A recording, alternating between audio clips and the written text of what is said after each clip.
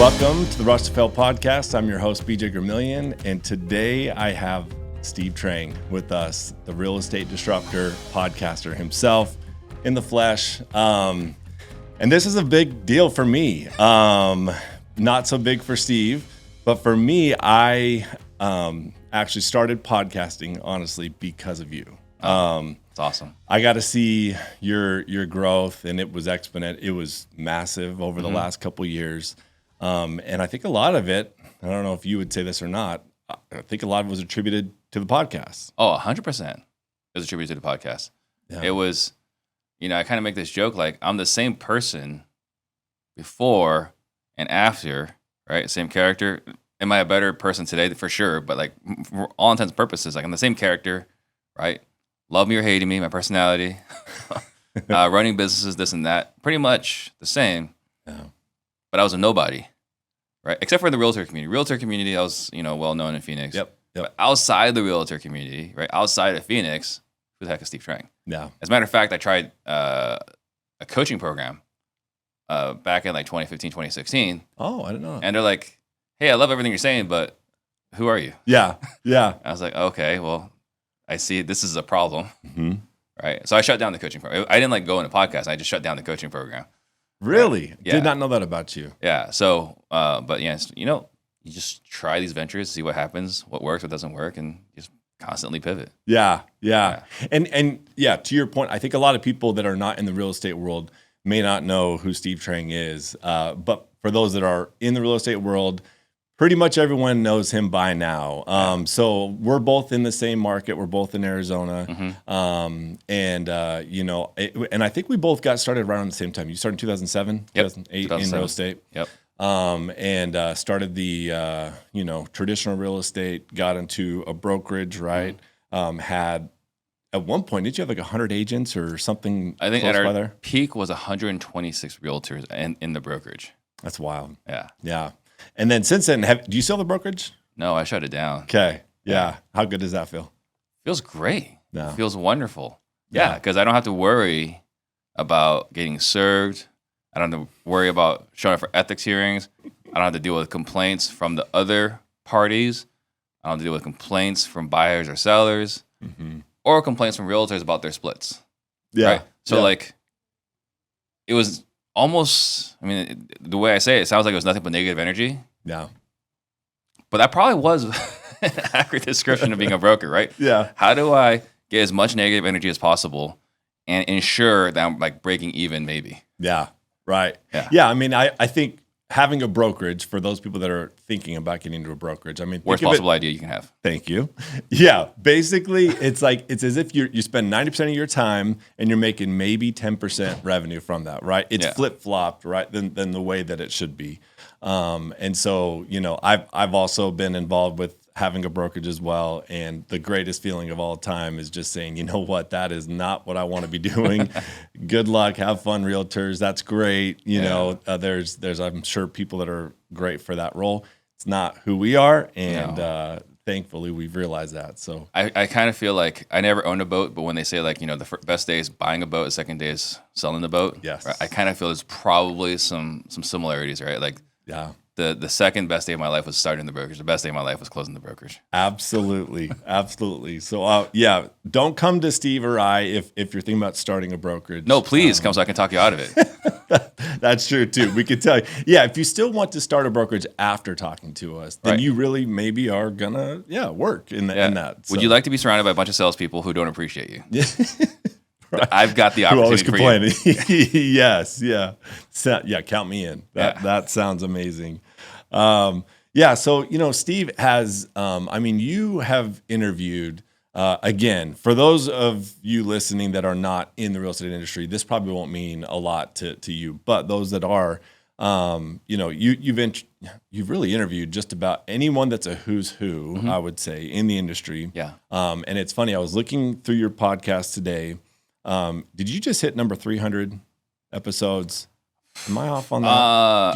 It's possible. Let's see. This is year 5, and we do about 50 episodes a year. So of Real Estate Disruptors, and if you add Certainty Talks and Part of Disruption, we're probably over 300 now. think you just hit it. Yeah. Like I'm pretty sure like That's awesome. yesterday or whatever it was that you had it. Yeah. That was number 300. Thank you for letting me know. You're welcome. Yeah. So clearly you care about your stats. But yeah, I mean, that's a big deal. So, what got you into the podcasting space? Like, why did you decide to start a podcast? And maybe also, I mean, the purpose of this show is to highlight some of those failures that, we've made. Cause obviously the road to success is not a linear line, right? There's a whole lot of, ebbs and flows and bumps. And so maybe also share some of those, some of the things that, were problems for you starting it, some issues that you had when you started the podcast, as well. But first, before we get into that, what got you into podcasting? Yeah. So, I already had, like I said, I had a realtor brand. I did not have a wholesaling brand. I was not a successful wholesaler by most definitions, right? I was wholesaling, but it was not a full-time gig. It was like a side hustle for my marketing for listings. And so somewhere along the way, I wrote a book, right? I was in a coaching program. They said, you got to write a book. So I wrote a book, right? Did absolutely nothing. And I also, started a blog for marketing, and that also went nowhere. And so I was at a Dean Graziosi event, and it's not Russell, it's Brandon. Haven't you interviewed him as well? Yeah, I did interview Dean Graziosi. Yeah. It's wild. Yeah. It's so wild. Sorry, keep going. At his event, it was Brandon Burchard, and he said, people need to hear your story. Now, he does sell a course on telling a story, right? But he's like, people need to hear your story, and you can do it in one of three ways. You can write a book, start a blog, or start a podcast. I was like, well, I already did those other two, and it did absolutely nothing, right? Failing forward. Yep. Like, what the heck? Let's just start a podcast, right? So it was on a Saturday. He was like, start a podcast. And so I was like, all right, I'm starting a podcast. So on Wednesday, and I made a commitment to do a Facebook Live every single day after that event. Wow. I didn't stick with it, but, Yeah. But I started it, right? Yeah. So I did it every day, I think for like 9 days. But on the Wednesday after that event, so 4 or 5 days later, I said, hey guys, I'm starting a podcast, right? Tune in, 2 p.m., Wednesday next week. We're going live on Facebook. And so 7 days later, I didn't have a title. I didn't have a guest. I didn't know what the heck I was doing, right? But I just announced it. And so Wednesday, 2 p.m., the following week, I got Templeton Walker. We started Real Estate Disruptors because realestatedisruptors.com was available as a domain. So we started Real Estate Disruptors, made the logo, looked pretty much like this in like 15 minutes using Logo Joy, I believe, right? It's just kind of like... Threw it all together. Threw it all together, figure it out, make it work on the fly. Yeah. And thankfully, that episode hit, and then we had Carlos Reyes and Sal Shakira on episode 2. That blew up, and I said, okay, we're on to something. This is a lot better than the book and the blog. Yeah. That's so awesome. So massive action, right? Didn't necessarily have this business plan. And I think there's a lot of lessons learned there. How many people have that analysis paralysis, right? A lot of people do. Yeah. And I mean, isn't your background, you were an engineer, right? Yeah. At one point. So I imagine that's in your DNA, isn't it? I mean, don't you have some of the analysis paralysis? Because you were an engineer. I should. So I didn't fit in engineering. Okay. Right. And so like, you and I are both individualists, right? So on the PI, we're a high, for those that are familiar with DISC, we're a high D, low I, high S, low C. Yeah. Right. And so I was good at engineering, but I didn't fit in that all the engineers care about all the little details, all the information, everything has to be like figured out, right? My strength, according to Strength Finders, is the ability to see patterns. So I could learn all the engineering principles and I could apply all the engineering principles, but I didn't care about the details of the engineering principles, right? Because at the end of the day, it doesn't really matter, all those principles, as long as you understand it at a high level. Yeah. So I could design a circuit faster than all the other engineers, even though they understood the circuit better, if that makes sense. Yes. Right? Yeah. So I guess in a way you would say like I could design a house, but not understand all the inner workings of the house. Yeah. And so that was my strength. So because of that, because I'm not a detail-oriented person, I don't suffer from as much analysis paralysis. So interesting. I mean, and I'm sure a lot of engineers would kill to have that, right? To have a little bit less of the need to know every little detail, because it's paralyzing to so many people. Oh, absolutely. And for you, I mean, again, like what you just described with how you launched the podcast, I think honestly, everyone should rewind, listen to, okay, if you want to go be successful in something, pick whatever it is. Step number one is action, right? Just start moving. And then hopefully, you'll get pointed in the right direction. Unfortunately, sometimes we move in the opposite direction that we should. But even then, when you do that, I think that there's a lesson learned because you're like, oh, now I know not what to do. So I'm not going to do that again. And now I'm going to go this way. And absolutely. Yeah. Yeah. And, I think I attribute a lot of my success to massive action. I also attribute a lot of my failures to massive action, right? And so like there's this balance, and this is something I talk a lot with on Certainty Talks at the different podcasts I have, is that for entrepreneurs, one of the greatest strengths is to be biased towards taking action. As a result, we make some giant errors that we have to undo, and it could be costly and it wastes a lot of resources. So the skill that I had to learn, I didn't learn it until last year, wish I learned it a lot earlier, was the skill of restraint, right? So because I am so fast moving, I don't look both ways, right? Like, hey, there's something over there. Let's go. And that truck, that was inconvenient. Yeah. Right? Yeah. So there's a lot of things that are good about that profile, and you're going to have more success in the long run having this profile. But you also need to learn restraint at some point to make sure you don't endanger, your livelihood and so on. Yeah. So you said last year is when you learned it. Was there like a specific example of something that happened to you, last year that you were like, okay, like that I needed that truck to hit me so that I could figure this out? I remember the exact date, and you probably do too. June 15th, 2022, right? That was the big Fed rate hike. Yeah.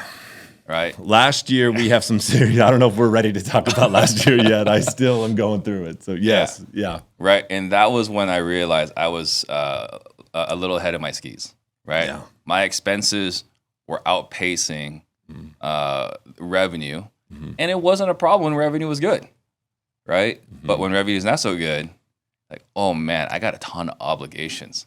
I have a ton of responsibilities. And man, it's if you learn restraint, you don't run into it.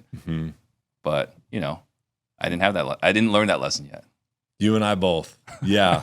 We're going to have a lot of similarities that I think people will hear throughout this podcast. And in fact, one of the things that I was listening to on my way over here, and I've been reading it off and on. It's one of those books you just can kind of, pick up off and on, is The Road Less Stupid. Oh, yeah. That was another book that you recommended to me that I was like, you were like, look, this is like top 5 that you have to read. If you're a business owner, definitely pick up that book. I think that it's almost like a Bible, right? Like, so how you would pick up the Bible and you would not necessarily read it all the way through, but you would read it in chapters and verses and be like, oh man, that really applied. And you could read one verse and you're like, okay, like that is so impactful. It really resonates. It really hits you. That's it. Yeah. And the way that he wrote the book was for that purpose as well, where it's more of just like, hey, go look at the chapter headlines and then, figure out what you need help with and then listen to it. And chances are you're going to be like, oh yeah, duh, why did I do that? So The Road Less Stupid. And in fact, what I did was I was listening to it. I was like, you know what we need to do? So for those of you that, again, don't know Steve, not only did he start his podcast, but he also has since then launched a coaching, training platform for people that want to get into real estate and that wholesalers, investors, that want to get into that space. And then recently, you've also started, I believe, with Ren, a sales leadership training. And so he's now started that. And so Steve is an educator. And I know we were joking before the show. He's like, I'm known as a podcaster, but I think that I would rather be known as a coach or. I'd rather be known as a guru than a podcaster. There you go. But I'm coming to terms. I'm more podcaster than guru. Yeah. But it's nice though. I think you are making the transition for sure, and it's so cool to see. You started the sales training 3 years ago. Yeah. So I started in 2019. So 4 years ago now. Okay. Awesome. And then that's obviously grown, boot camps, and I'm sure we'll have all the info for anyone that wants to join that in the show notes as well. Highly recommend it, by the way. It's awesome. But the leadership aspect, that started in last year, right? In 2022. That started towards the tail end. That started, I want to say, right after Ren and his previous business partner parted ways. Okay. Right? So the moment he became a free agent, I was like, Ren. Yeah. I want to do something. I've wanted to do something with you specifically. Mm-hmm. Right? I have a product. I have an idea, but I can't talk to you about it because you are in a relationship. Mm. So I never brought it to him once. Right? I'm respectful of other, business owners. Yeah. But the moment he became a free agent, I was like, thank God. Yeah. Right. Yeah. Oh, that's so cool. And so you guys have started that leadership training. Mm-hmm. And so Steve is an awesome educator, tons of knowledge, lots of experience. And so what I thought would be fun today, and this will be different than any other show that I've done or probably will do. I actually wanted to go through, I was listening to the book and I'm like, you know what's so crazy? There's so many lessons learned that I'm going to fire them off. Sure. Some of the things that he talked about, lessons that the author learned. And I think that for him, it happened in the 80s when there was a real estate crash. Mm-hmm. Another interest rate situation. Yep, exactly. And so he was like, look, here's all the lessons learned. And it was pretty wild. Like the chapter goes on for like 20 minutes and he is a fast talker and he's rattling off probably 50 lessons learned. Mm-hmm. You probably remember this. Yeah. And so I'm listening to it and I'm just writing them down like, you know what, these are all the things. And last week I actually in my podcast talked about, or 2 weeks ago, 10 lessons that I learned, going through 2022, because that was one of the craziest years of my life. That was the first time I ever really dealt with a recession because I got into real estate in like late 2008, 2009. So it was like in the middle of it. And, we were just getting started. So there wasn't anything to lose. Mm-hmm. And then fast forward to 2022 and I was like, whoa, just like you said, like, yeah, that hit me. And I didn't realize it was June 15th. Now I'm going to remember that was the date. But the Fed, and they keep going. They're not giving up either. They have not slowed down.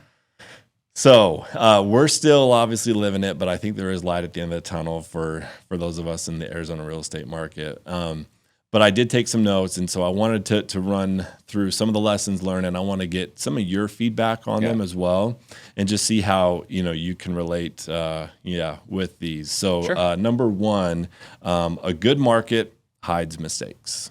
Oh, absolutely. So for me, when we were running our wholesale company, I had a business partner, and the expectations that I set was, you do all the work, right? Mm-hmm. You run the business however you see fit, and I will leave you alone, right? I will give you access to capital. Mm-hmm. I'll give you access to human resources. I'll teach you everything I know, right? And then you run the business however you want to run it. That was the agreement. And I forgot that I made that agreement, right? So I actually went back on my word, right? So I was the one that violated our original agreement. And so as our business grew, right? I mean, starting a podcast, I got to meet every other successful wholesaler in the country. I joined Collective Genius alongside you, right? Mm-hmm. And now we know even more successful wholesalers. And we know all the tricks of the trade. We know the best tools, the best resources, the best processes, this and that. And so we implement all these things. And as a result, I see what's possible, right? I can see the what, and we know the how. And so let's just go do all these things. But now I'm pushing him to do all these other things that he didn't sign up for. And now I'm getting impatient as a business owner. I was like, why aren't you doing these things? We need to have more KPIs. We need more accountability. We need more metrics. And we need to be responsible with our capital and all these things, right? Which was a complete violation of what I promised him. But I also thought he would have wanted the same thing, right? Yeah. But again, this is me projecting myself on him. And a valuable lesson I learned last year was, you have to lead others how they want to be led, not how you want to be led, right? And so I think I just created this giant rift in our relationship. And so we parted ways amicably, professionally, right? And thank God we had an operating agreement in place, right? Yeah. So it was simple. It was clean, and we parted ways. He's doing his thing. I'm doing my thing. But I had hoped for one thing, and it was through no fault but my own that, what I expected and what I got.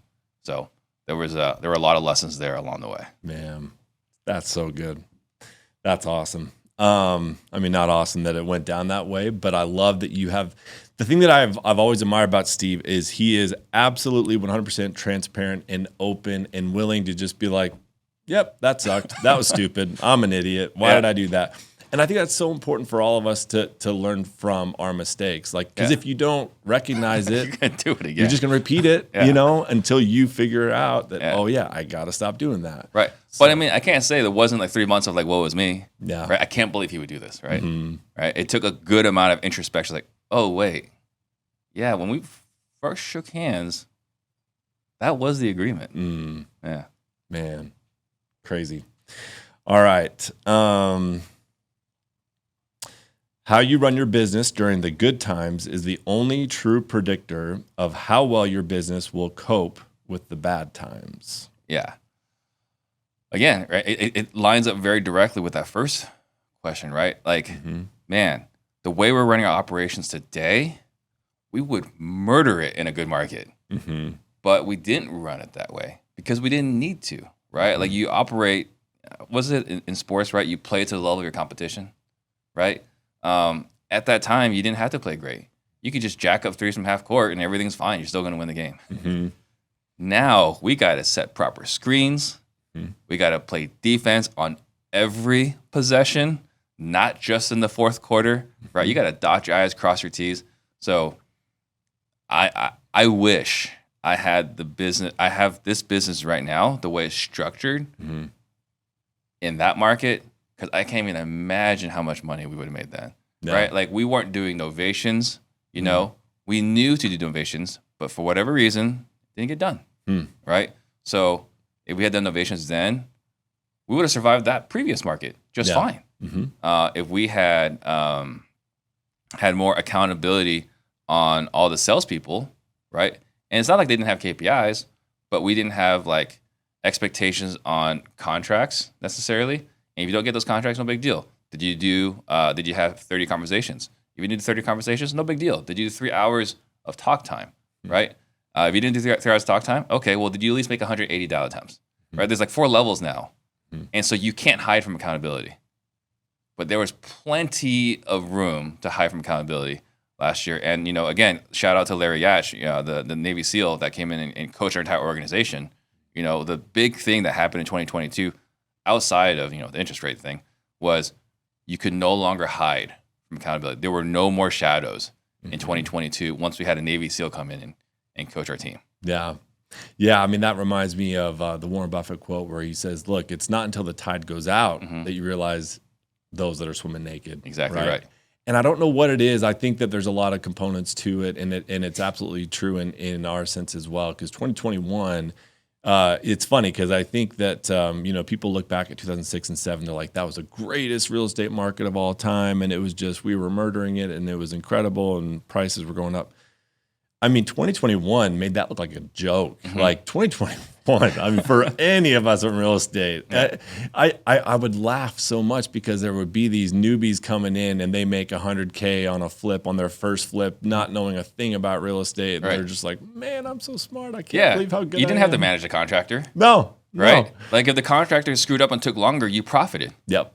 Yeah, right. Like you're like, sweet, please take longer. Yeah. Please mess it up. Because the market just went up another 10%. So So you did not get hurt having bad performance. You actually benefited from poor performance. You know, the one thing I always use as an example is like Antoine Walker. Like, do you remember him? Oh yeah. Right? Like the worst thing that could happen is if Antoine Walker made a 3 on his first shot. Because what that meant was the rest of the game he was going to take bad threes. Yeah. Right? And it's the same thing that happened to us. We got rewarded for performing poorly. Why would you improve the process? Why would I say, BJ, you got to get your crew from 90 days to 60 days or from 60 days to 30s? There was no incentive to do that. Yeah. Like it's the craziest thing ever. But I mean, it's universal too. I think that a lot of, I don't know what the statistic is, but there are, you know, more billion-dollar companies created in the downtime, you know, and it's like, I mean, 100 to 1 almost, you know, where you look at companies that are now crushing it, they all started in a downturn. Like none of them started in when times were great. You know, Well, yeah, again, because why? you get complacent, you get comfortable, you get lackluster, Yeah. right? I mean, and it's just human nature. Mm-hmm. I'm not excusing it, but I'm Yeah. also accepting the reality. Like, Yeah. It's hard, right? When Yeah. times are good, you're like, yeah, I'm gonna go on vacation a little bit more. You get soft, you know, Right. and then you're like, dang it, yeah, now I got to get back to it. Okay, that was awesome. All right, let's see another good one that I took here.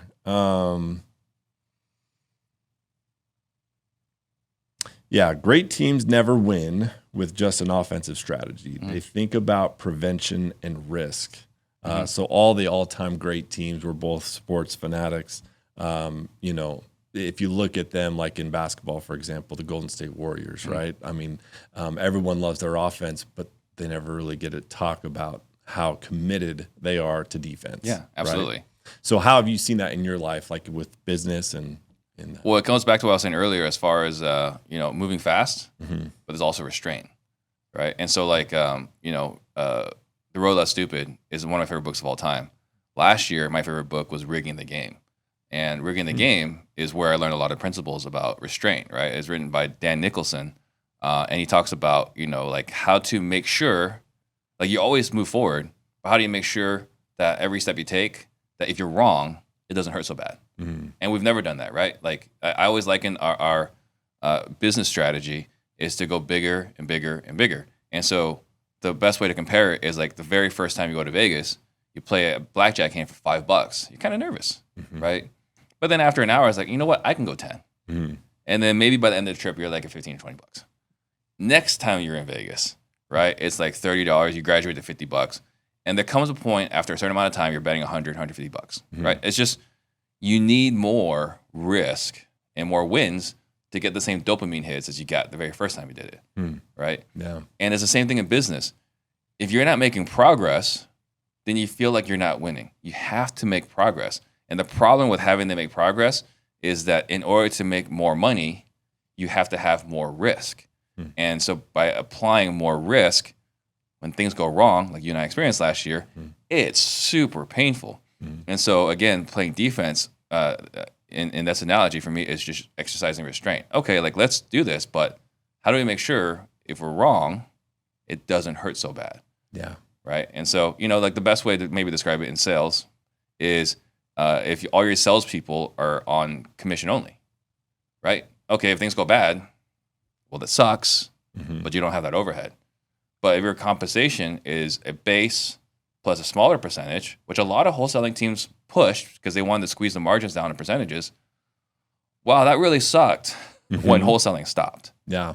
Right? So you got to make sure that every risk you take, like, we're not saying stop taking risk, just make sure every risk you take, that you make sure that, there's no downside. The best example I ever heard was Richard Branson with Virgin Airlines, right? When he launched Virgin Airlines, he bought 400 planes or something crazy, right, from Boeing. It's a lot of risk. Yeah. The contract he signed was, if Virgin Airline fails, you get all the planes back, and you cannot come after me. Wow. Right? That's a lot of upside on Virgin Air doing really well. And hey, if it's wrong, I'm out. Wow. Yeah. And something else that I've picked up on, and also was in the book too, was, you have to look, whenever you're looking at an investment, what is the worst thing that can happen? What is the downside of this investment? And can I live with it? And so some people, to your point, like if they go to Vegas and they have millions in the bank account, they're okay losing a couple $100 at the. But they're probably not betting a couple $100. Yeah, they're probably not. You're right. But they have to be okay, obviously, with living with, okay, like the worst that can happen is I could lose whatever, a couple $1,000s, or maybe it's tens of thousands of dollars, but still I'm okay with that, right? I knew the risk going into it. Sure. I'm okay with it. But I think that what'll happen in markets that are great, right, is you stop thinking about, the market's only going to keep going up. Because I don't know about you, but in 2022, January 2022, I mean, I had some people come to me and be like, hey, like, what's going on in the market? And I would tell them, like, there is no chance this market is going to course correct. There's just no chance. Because I'm look at inventory, look at, supply, demand. It's simple math. I felt it's the not same going way. to happen. I felt the same way. And that is the crazy, because we could be in the hottest market of all time, and still supply and demand is very crazy. It's very wonky. the whole real estate market, I mean, it's weird right now, Yeah. right? Everything about it is. But again, like if that can happen, that was my lesson learned. Like, okay, I was so confident that there is no way the market's all the gonna data close. said it was impossible. Yeah, All the data. I mean, even when we had that Fed rate hike, I was like, yeah, it doesn't matter. Like, there's so little supply, it can't change, right? What we didn't predict was interest rates going from 3% to 6% or 7 or 8%, right? Yep. But I think the other thing too, if you talk about where I was going to go with this, I think that in the extent of exercising restraint, you're talking about like in the book they say, what's the worst thing that can happen, and kind of live with it. The greatest challenge we all have as entrepreneurs is that we were wired to be optimistic. Yeah. Right? Everything will be easy. We're going to conquer it. We're going to crush it. And if it doesn't work out, we'll figure it out. Yep. That's our mindset. It's a great mindset to have. But we still need to slow down and ask, what's the worst that can happen? And can I live with the risk? And we never ask that question because we're so focused on the possibilities. Gary Harper is another mentor of mine. He's coached my team for years as well. He says the reason why the business owner never gets excited for hitting targets is because in our mind it already happened when we set out the vision, right? January or maybe December of the year, right? December you do your New Year's plan, right? And you say, okay, here's our plan for next year, and then you hit all those targets, right? Team celebrating, teams high-fiving, they're getting bonuses, maybe they're getting trips, they're getting cruise trips, whatever. The owner's is not excited. No. Because he already knew it was going to happen. That's so crazy. I've never heard that before, and that is so true. I was just talking about this with my wife because we had and this is, I guess going to the whole story side of failure. We bought some investments in Alabama, right? And so we got excited for the upside potential. The cap rates were phenomenal. We were buying $40,000 homes that clearly had $40,000 type tenants in them. They were beating the crap out of them all the time. And so it was just this, mess or whatever. But, even with all the craziness that happened over the last 4 or 5 years, obviously it's appreciated just like everything else. And so we were able to have a pretty good exit on it. And it actually just happened today.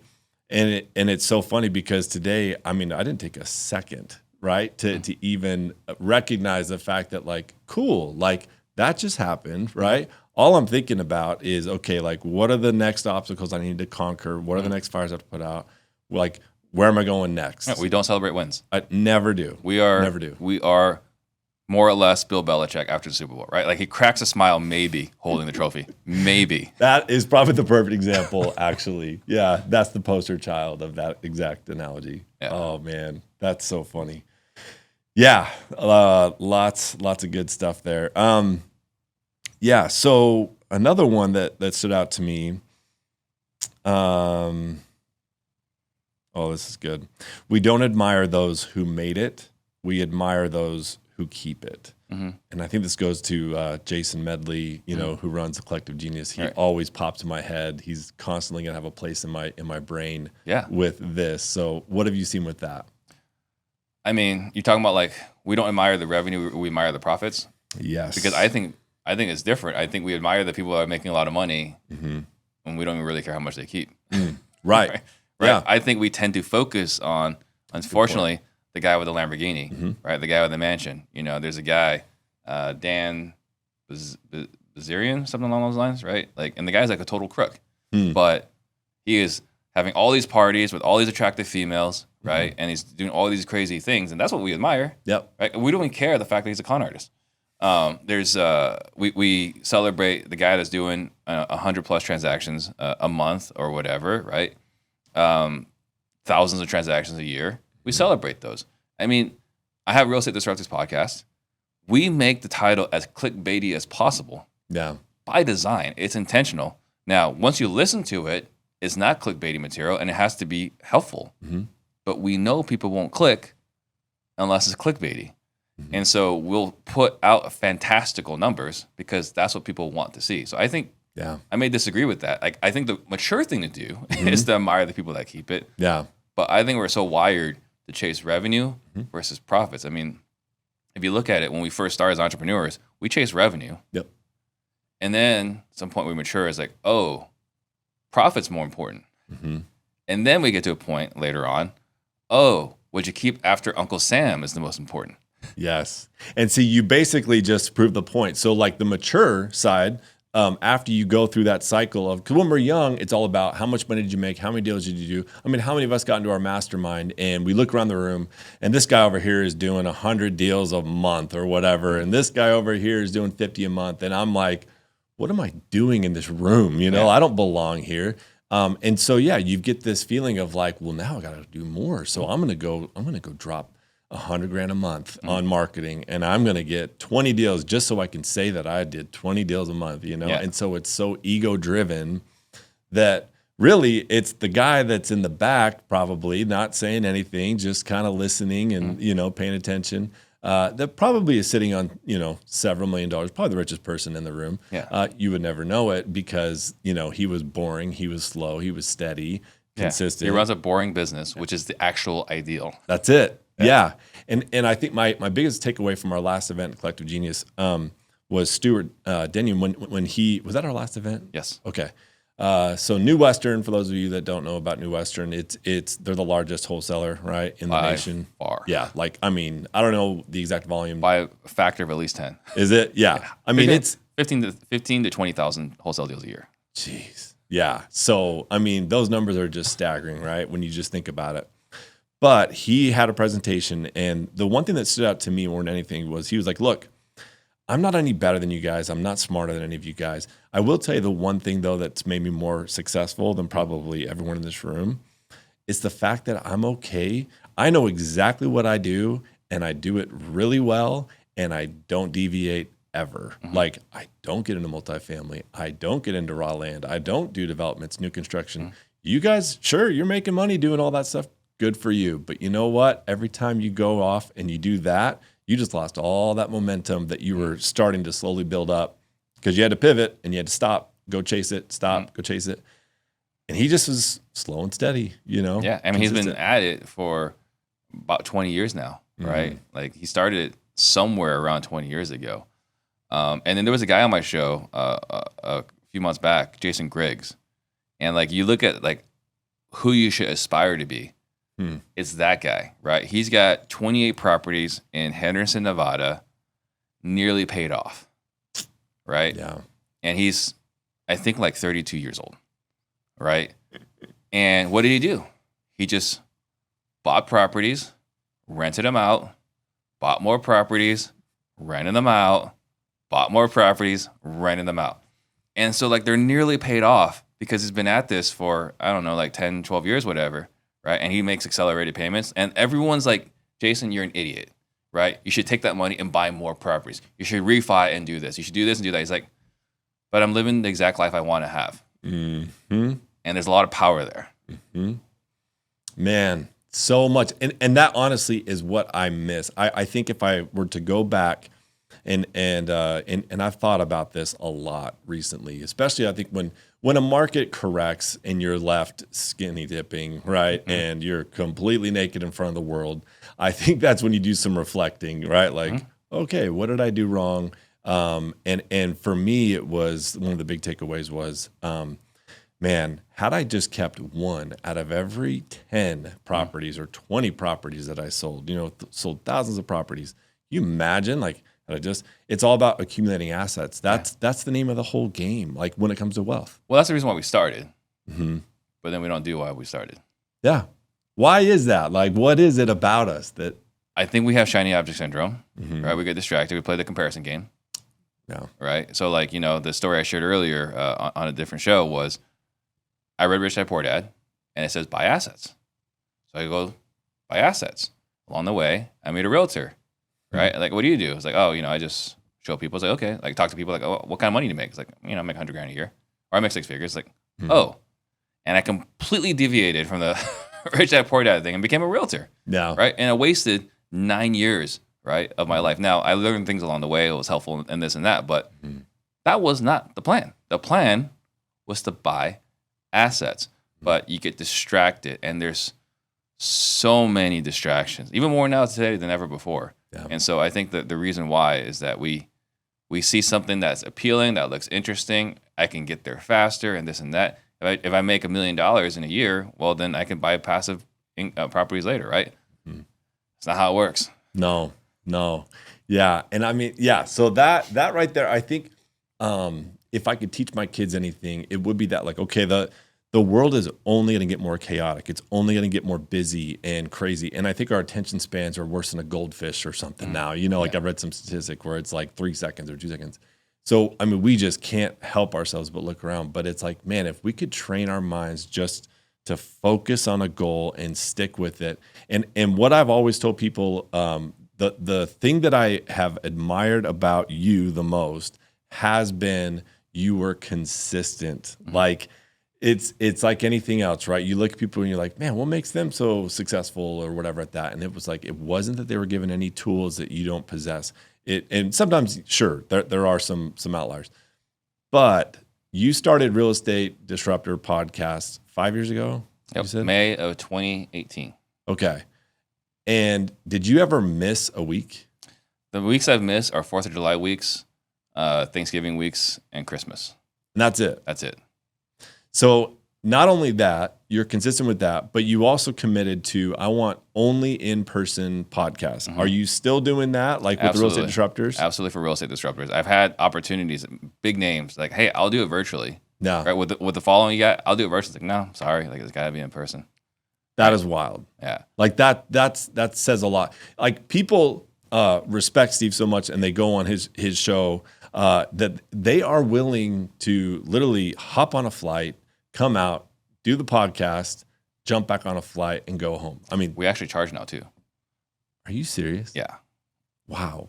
Yeah. That is the coolest thing ever. And see, that again, I mean, I just looked at you and I'm like, okay, Steve, the thing that makes him different and unique is just the fact that, like, he's willing to be consistent. You decided, okay, I want to get into, coaching and education, and sell courses and that kind of stuff. And so what do? You create it, you have massive action, but not just that. The most important piece to it was, like, you took the water to the end of the row, whereas so many people, I think, they pick up that bucket and they might get a little bit of water, but I mean, there's no chance they're making it all the way, right? And so what would you attribute, like, where did that come from? How are you so consistent? What are some secrets or some tips, or how do you do it? I would say I'm stubborn, right? Yeah. So that helps.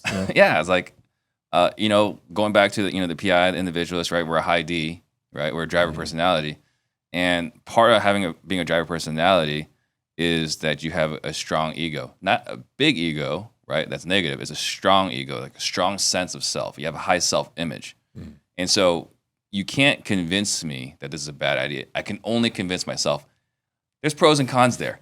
There's a lot of negatives there, right? Because you are stubborn. But if I believe this is the right way, I will keep going. But I will stop something if I say, okay, I look at here, and the optimist is not seeing anything.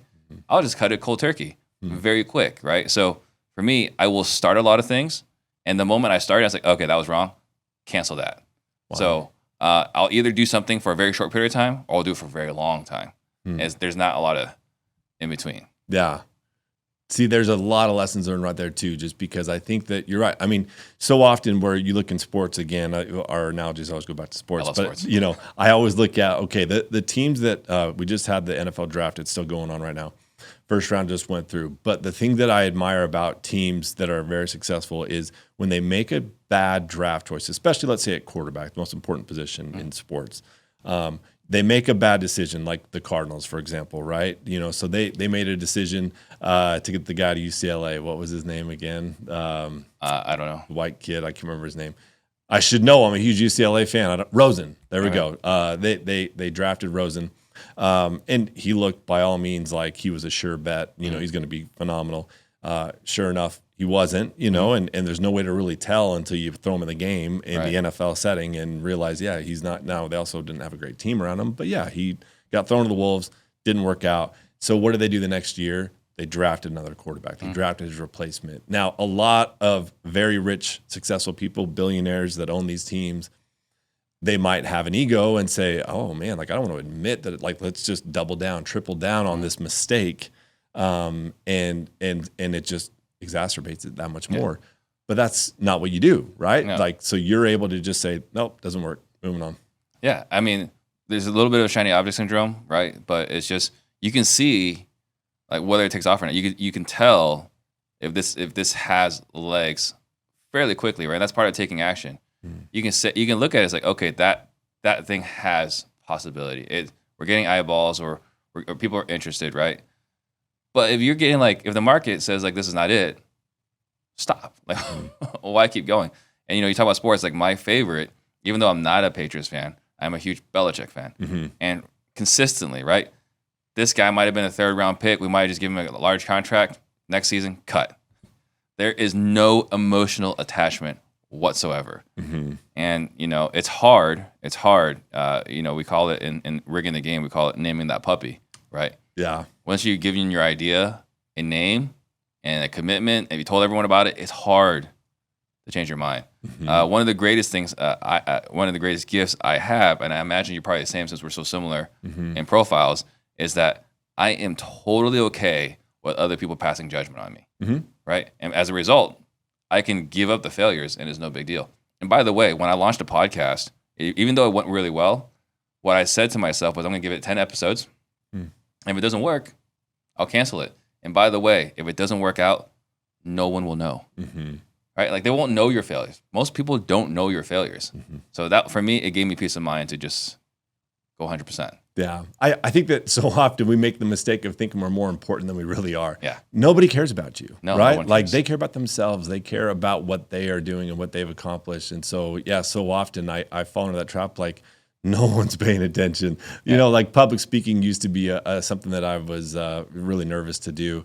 And so it wasn't until later in life, though, that I got it and I realized I'm looking around, I'm like, 90% of these people are on their phones. They're not even listening to a word anyone's saying. So why am I so worked up about this? And no one's going to bed thinking, man, BJ gave a really lousy presentation. Yes. Right? I'm not that important, right? Or like, man, I wonder how BJ's day went. No one cares. No one cares. Like the only people that care about you, I say this all the time, only people that care about you are you and your mom. That's it. Yeah. No, it's so true. I love that. And that's, again, something else that's super cool with you is because I think that you're willing to take these big swings. And you just almost have like this, and it's not an ego, but you just have this confidence where you're just like, I belong here. Like, I'm going to do this. And like, why not? Right? Like, why not me? And like, a lot of people don't have that. Like, that's a cool thing. So I did that unique ability thing, right? And my best friend said that my thing is that irrational confidence. And he said like, he could tell because when we go clubbing back in the day when I was single, I would walk up to the most attractive woman in the club and just start talking to her. Like it was no big deal.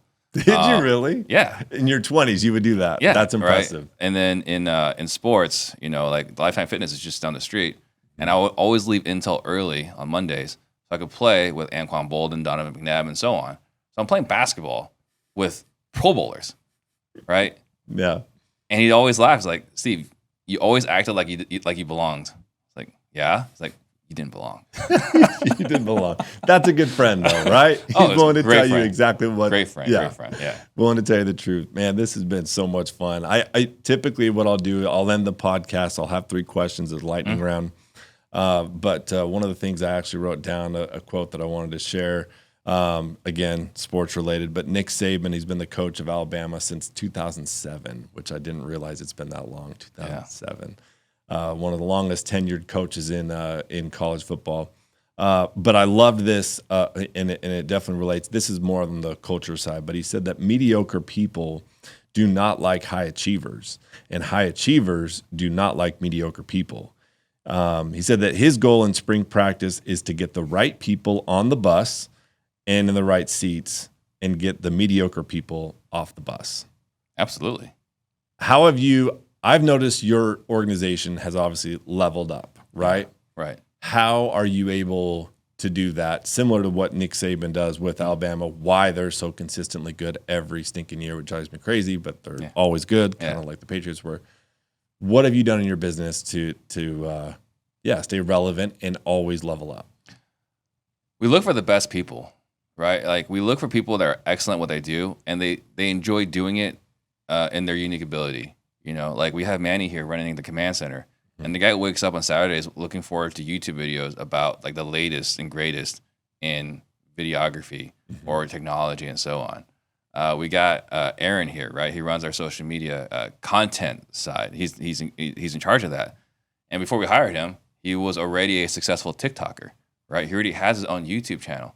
So like everyone that's here is doing what they're already passionate about. So I think that's the first thing. I didn't hire, like I would never hire a person that's a secretary and ask her to cold call, right? Like that's a formula for failure. Now, did I do that at some point in my career? 100%, right? Like, hey, you got some free time, go make some cold calls, You right? can do this, and this. Yep. Yeah. Doesn't work, right? So I hire people that are world-class and passionate about what they do. And when you hire people that are excellent at what they do, they have no patience for someone that's not keeping up. And so as a result, everyone holds everyone else to a higher standard. And so I think it's a function of hiring the right people over time. And it's not like I came up with this brilliant idea by myself, right? Like I've hired mentors and coaches along the way. And for me, Darren Hardy has probably been the most inspirational mentor for me. And when I say mentor, I don't mean like just like consuming his content, right? I've spent a lot of money with that guy, right? But it's paid off multiple times. Yeah, so you hit on two crazy important points. Number one is, your team, right? Who you build around and who is on the bus, and who's in the right seat, with your organization. And I think also when it's better to have 1 7-footer, right, in basketball than it is to have 5 5-footers, right? Yeah. Like that 7-footer is worth it. And not just that, I think the other thing that looking back for me at least was a failure and it was something to learn from was I think that as a business owner, sometimes you're always looking for ways to save money, right? So you're like, what's the least amount maybe I could pay this person, to do a really good job? And you start to learn later, like, no, like pay them and pay them well and, take care of them and they will take care of you and make sure they're in the right seat because if they don't have the energy, they're not going to. Absolutely. Do a great job. And truth be told right now, our people right now, and it sucks for me to say this as a business owner. Yeah. Our people are underpaid at the moment, right? Like they deserve to get paid more. Same. Yep.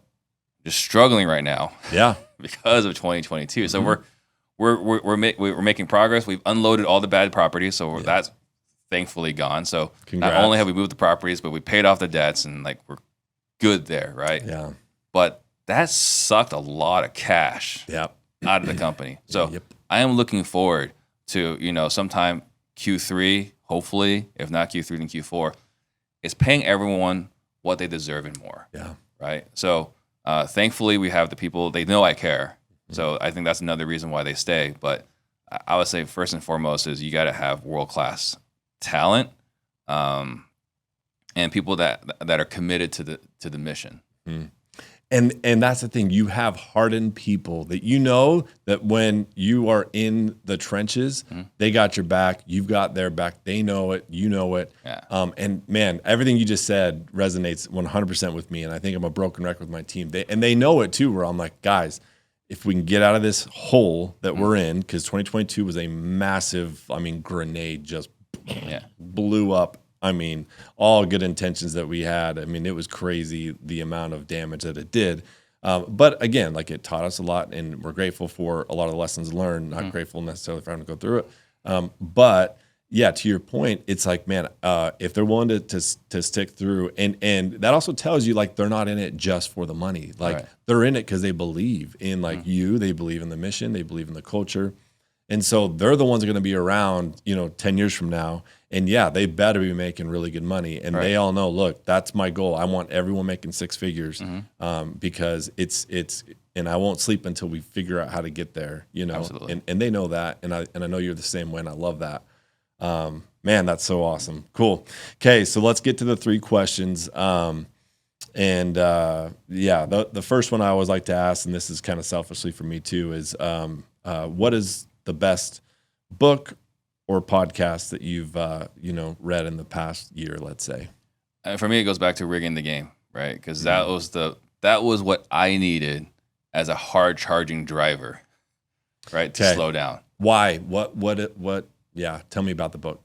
So there's a lot of different principles here, but as entrepreneurs, we tend to like compare notes. Say, okay, I'm going to take that. I'm going to execute in my business, right? But what they talk about is CASE, which is compile, analyze, strategize, and execute. Right? We just strategize a little bit and then we execute. Right? So compile the data. Like, does this make sense for my business? Does this make sense? Right? And then so you compile the data, pull the data together, and then you analyze it. Right? Should we do this or not? And then create a strategy around it and then execute it. I think that's the first thing.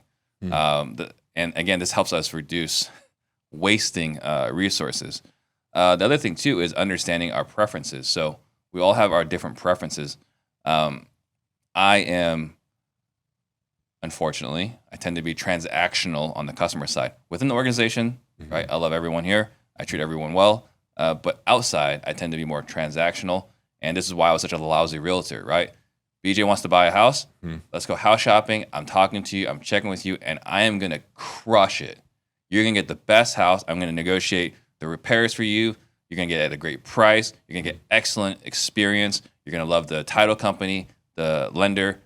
Everything's going to be awesome, right? And when we close, we got a great welcome package and all these things. We're doing a photo, all like to the T. And the moment the transaction is done, I never call BJ again. Yeah. All right. Guilty. Yeah. So that's just the very nature of myself. I'm a hunter. I'm not a farmer. So I'm going to deliver excellent experience, but I'm not creating a relationship with you, right? And so understanding who you are, then you can design a business around who you are. So, the preferences. So not playing someone else's game is something we talk about. Play your own game. I just came to this realization today. People have always asked me, Steve, why don't you flip houses? It's like, because I hate it, right? And they're like, well, but you can make more money. It's like, I know, but I hate it. And then today, I actually had a chance to think it through with my another business partner, Paul Sparks. Like, okay, so here are the reasons why I hate flipping. I'm not detail oriented, right? And so, like, if we're missing caulking in the bathroom, I'm not going to notice. Or we're missing grout in the tile, not going to notice, right? Tiles are uneven, won't see it. Like, we got the wrong cabinets, or we ordered the wrong cabinets, right? And so, like, it doesn't quite fit with the existing tile. I won't even notice it, right? Like, if there's supposed to be a different sheen, I think is what you call it, on the paint, I wouldn't see it, right? So I am not a visually based person, right? That's the other thing. I like to wear basically the same outfit every single day. So I am not a person who cares for visuals. So if I am bad at vision, right, and I'm bad at details, and I hate holding people accountable, which is required, right, for managing contractors, and the thought of making $50,000 a month in interest payments is stressful for me. There are literally no good reasons for me to be a flipper, right? But it goes back to understanding yourself and playing your game, and that's a lot of the principles inside that book. Yeah. Okay, I need to check out that book then. That's why I asked the question. So that's awesome. I might know the answer to this. I'm guessing I know the answer to this. But what was your biggest growth year? Biggest growth year, I would say, is probably 2020. Oh, okay. Yeah, 2020. Wouldn't have guessed it. So, it's a funny sequence of events. So we started the podcast, 2018, meet Max Maxwell, right? He asked me to speak at We Live 19. So I go speak at We Live 19, and I talk about, here's how we run our sales appointments, right? It was like, I'm going to change the game. I had no idea about John Martinez, right? I thought I was this genius. I was the only one that was doing this, right? So I speak at We Live 19, and like, people were like, wow, that's amazing. There's all these social media posts. Like, I used this STEVE TRANG line, and it helped. And so I had a bunch of people like, hey, like, can you help us with coaching? It's like, yeah, sure, why not, right? So that was March of 19. So I launched the actual coaching in May of 19, right? Just 2 months from there. And as we're doing the coaching thing, Closes Olympics comes up. And Closes Olympics comes up in middle of 2020, early to mid 2020 when COVID occurred. And there were 12 contestants. And of the 12 contestants that had already committed, one canceled last minute, right? And the reason for cancellation was like, I have a sales training program. And if I suck on the competition, it's going to hurt sales, right? A rational position. So they call me, hey, Steve, you have a sales training program. You want to do it? And my response was, hell yeah, I'm going to do it. I'm going to win, and I'm going to sell so many freaking sales coaching training programs, right? Yeah. Different mindset. And so through complete happenstance, Phil Green's watching Closes Olympics, and I asked him later on, like, why the heck would you, as successful as you are, watch a bunch of like nobodies do this? And he's like, because I might learn something. It's like, okay, cool. He's growth mindset, whatever. So along the way, the collective genius, John Martinez, opts out of CG, right? And this is like April, I believe, of 2020. He opts out. And so they're like, hey, Steve, you want to be the go-to sales trainer for CG? I was like, yeah. Seriously. Of course, right? And so I join. I meet all the people. I didn't know who Phil was. And Leon's like, hey, why don't you talk to this Phil Green guy? I was like, yeah, I'll talk to him, right? And so he tells me, like, yeah, I watch him close his Olympics. I thought you were awesome. You've got to figure it out. It'd be great if you trained my team. I was like, okay. So I coach his team. And after 2 weeks, his team's feedback was so freaking positive that Phil's like, hey, Steve, I want you to know I'm going to call Frank Cava, Eric Brewer, Ren Bartlett, and who was the fourth guy? But he's like, I'm going to call these guys personally and tell them they need to sign up for your sales training right now. And they did. And that is how I was able to catch fire within CG. So awesome. I mean, that's where opportunity meets preparation. Yeah. And again, you walked through that door. You didn't just walk through it. You kicked that freaking door down. You're like, yep, I'm in, all in. Let's go. Right. You're doing the cannonball in the pool while everyone else is dipping their toes in. You're like, dude, I'm going to blow this up. Yeah. You I know? mean, and it's that high A, right? It's that irrational confidence. But like, I'm not only do I want to do it, I already know I'm going to win, and it's going to result in a bunch of sales training sales. And you like speak it to existence. Yeah. Like, man, that's so awesome. I wish I had more of that in me. I don't. I'm more reserved. I'm more like methodical. Let's think it through. But I just love it. I'm just like, nope, I'm not even questioning it. Yeah. Like, boom, let's go. That's so awesome. So that's cool. Yeah, 2020, there were so many. I didn't realize like that was, I mean, that's a big launch. Yeah. In a lot of different ways, you know, for you. I mean, like that's a big deal. I thought your answer was going to actually be last year's. But again, I'm just biased. I'm thinking about myself. Right. And I'm like, yeah, 2022 obviously was my big year, but man, that's cool. All right. It's a crazy sequence of events, right? Like it is. There had to be a lot of things had to go right. Yeah. Man, I love it. Okay. Yeah. What advice would you give yourself if you could go back 10 years? All the things that you've learned, you know, what's maybe one piece of advice that you would go back and be like, man, if only you knew this. Start a podcast.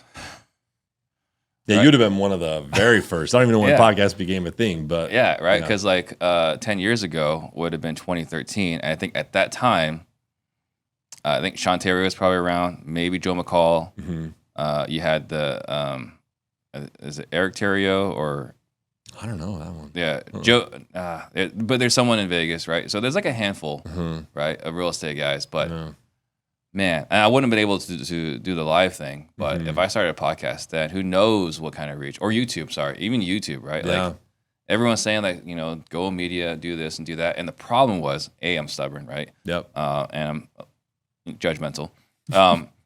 But like everyone that was saying like social media is the next big thing and video is the next big thing, if you recall this time, were failed realtors and failed loan officers, right?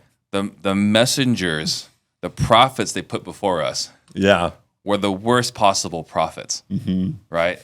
It wasn't like, you know, someone successful. Like right now, Ryan Pineda says you got to create content. Like, you know, that guy knows what he's talking about, right? Yeah. But it was every failed loan officer and every failed realtor that came in and said, you guys got to do social media. I was like, okay, yeah, I don't believe anything you say because you have nothing to back this up. Yeah, who are you? What are you doing there? That's so true. Oh, man. No, that's great advice. And I was trying to think. So there was this other quote that I'm trying to think back to. Oh, yes, Jeff Bezos. While you were talking, reminded me of something that he said. So he gets asked all the time by people, hey, Jeff, what's the next like big thing to come? Like, what's the next big shift that you see happening or whatever? Like, what do you see that's going to be a disruptor or a change in the next 10 years? And he always says, like, I get that question all the time. He's like, you're asking the wrong question. You need to be asking, what is going to still be relevant and what is still going to be around 10 years from now. Mm-hmm. So you know what's not going to go away? People wanting stuff really fast, delivered to their home very quickly and efficiently. And cheaper. Yes. It's not going to go away ever, right? In fact, it's only going to get, more that way. For sure. So that's why he's looking into drones and all this kind of stuff. And so I listened to that. I'm like, okay, yeah. What is something? Because if you can figure out the question to that, you're going to be a rich man or very successful because you will deliver something that's never going to go away. And I think that's why we like real estate because we always tell people, well, it's not going anywhere. I'm pretty sure people want to live in a home in 10 years from now. And so one way or another, want to figure out the shelter thing, and get really good at selling that because it's going to be around for a minute. It's going to be around. So. Yeah. That's a big reason why we love real estate. But this has been, exceeded all expectations. This is so cool that the fact that you were willing to let me come here, sit in your seat. Is this your seat? Yeah. Oh, man. How crazy is that? So I'm sitting in your seat. Just launched the podcast. I think I'm on episode 7 or 8 now. That's awesome. And so trying to be the consistent model, right? And so super appreciative of you letting me on and letting me, be here, which is such a cool experience for me. Thanks for being on the show. Yeah, it's absolutely my pleasure. Appreciate it. Thank you for having me on. Absolutely.